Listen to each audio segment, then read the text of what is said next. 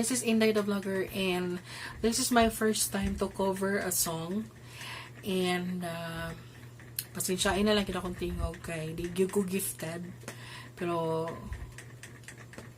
carry lang.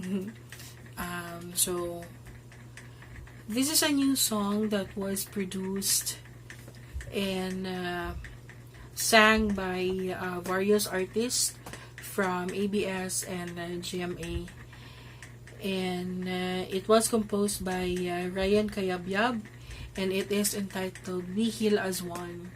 This song is dedicated to all of us na we are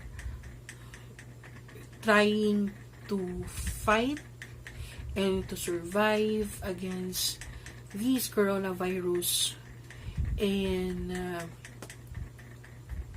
we are not just Filipinos who are experiencing this, but of course so that's why I've decided to cover this song, and